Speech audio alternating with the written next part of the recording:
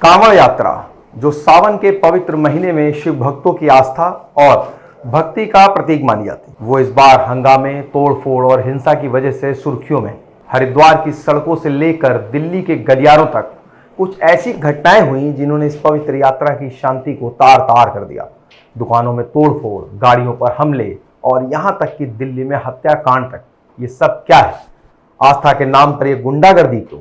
और सबसे बड़ा सवाल, क्या भीड़ प्रबंधन और कानून व्यवस्था की कमी ने इन घटनाओं को हवा दी या इसके पीछे कुछ और वजह? चलिए पूरे मामले को विस्तार से समझते हैं। कांवड़ यात्रा कोई नई बात नहीं है। ये सावन महीने में होने वाली एक ऐसी तीर्थ यात्रा है जिसमें लाखों करोड़ों शिव भक्त हरिद्वार, गंगोत्री, गढ़मुक्तेश्वर जैसे पवित्र स्थानों से गंगा जल लेकर अपने स्थानीय शिव मंदिरों पर चढ़ाते हैं। उत्तर प्रदेश, उत्तराखंड, दिल्ली, हरियाणा जैसे राज्यों में बम बम भोले के जयकारे गूंज रहे हैं, लेकिन इस बार ये जयकारे कहीं हंगामे और कहीं हिंसा की चीखों में दब गए। चलिए एक एक करके उन घटनाओं को समझते हैं। हरिद्वार की मशहूर हर की पौड़ी के पास शिव विश्राम गृह से बाहर एक चश्मे की दुकान पर कुछ कांवड़ियों ने जमकर उत्पात मचाया।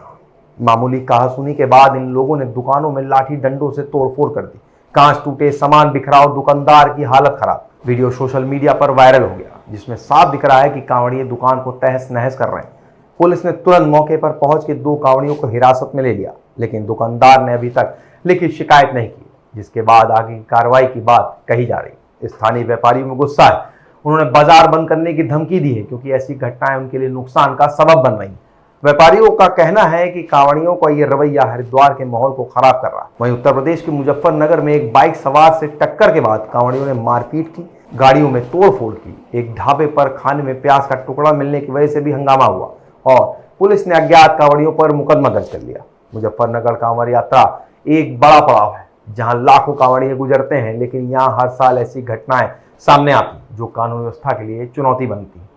यहाँ कांवड़ियों ने एक स्कूल बस पर हमला किया क्योंकि बस से टक्कर के बाद 3 कांवड़िए घायल हो गए।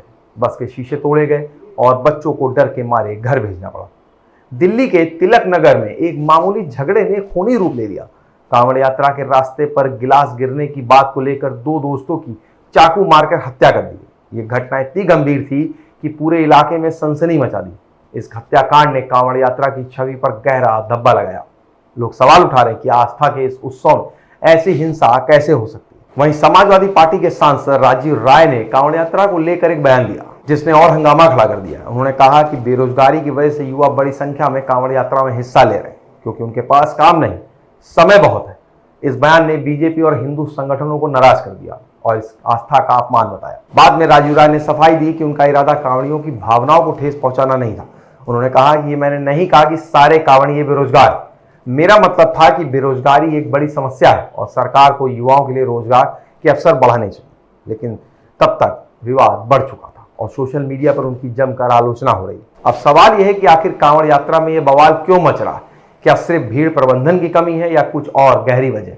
उत्तर प्रदेश, उत्तराखंड में पुलिस पर सवाल उठ रहे हैं कि वो कांवड़ियों के खिलाफ सख्ती क्यों नहीं बरत रही। विपक्षी दलों और सोशल मीडिया यूजर्स का कहना है कि कांवड़ यात्रा को राजनीतिक संरक्षण मिला हुआ, इसके तहत पुलिस हंगामा करने वालों पर कार्रवाई करने में हिचक रही है।